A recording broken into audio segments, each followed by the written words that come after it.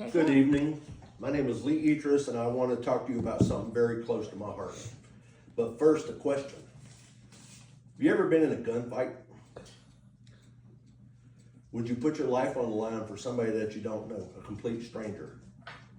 Think about that. The U.S. military has changed over the past 40 years, and I don't think it's all for the better. I think things have gone downhill drastically for a time being during the Obama and the Biden years. Things have just been crazy. Stress cards were implemented in the U.S. military back in the late 1990s and 2000s.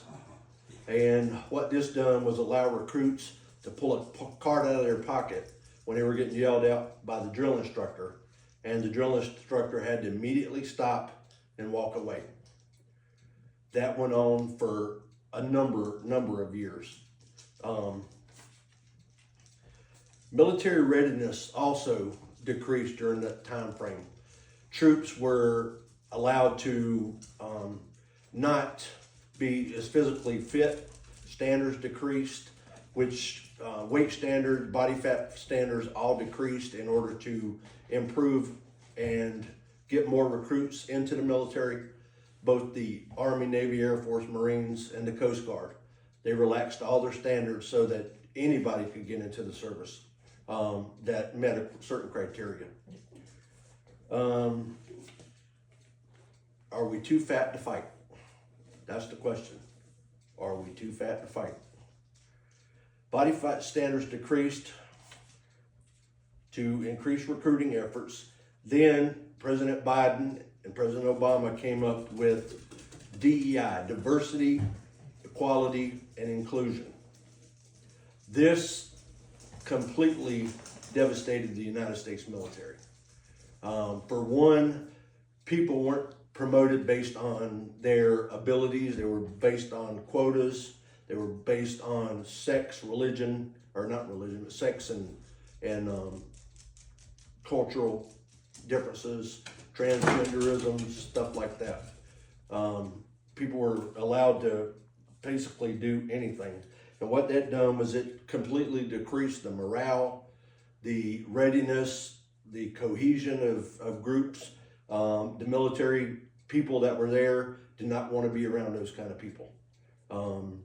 Thankfully, President Trump and Pete Hegseth, the Secretary of War, changed those standards.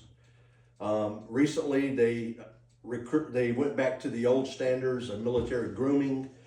People were not allowed to wear beards anymore. They had to cut their hair to military standards. All the physical fitness standards were the same throughout for everybody. There was no changes due to male or female standards. All military people now have one standard.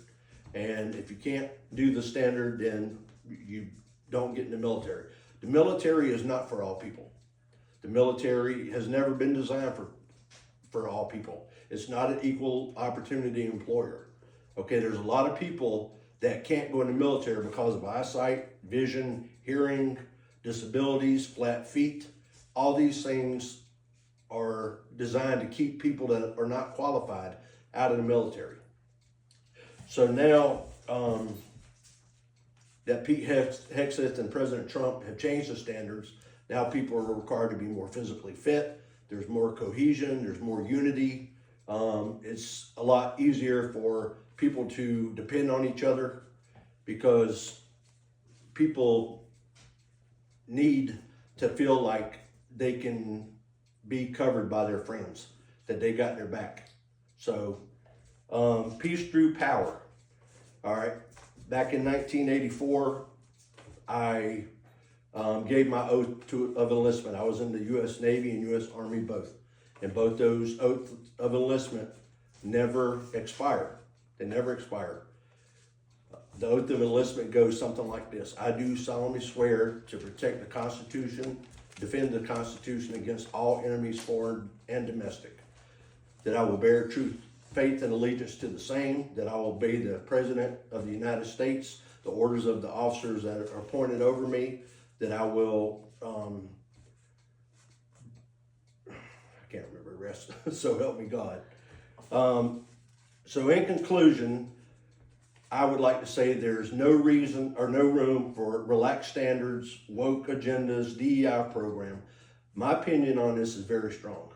I was an Army Ranger for 4 years, and if we had females in our unit at that time, I don't think we would have been as strong. I think we would have been worried about the females, trying to safeguard the females, and that's about the end of it. I appreciate your time, and that's why the question was, have you ever been in a gunfight, or have you ever decided that you would give your life for someone else? Because I have. Do-do-do-do. Do-do-do-do.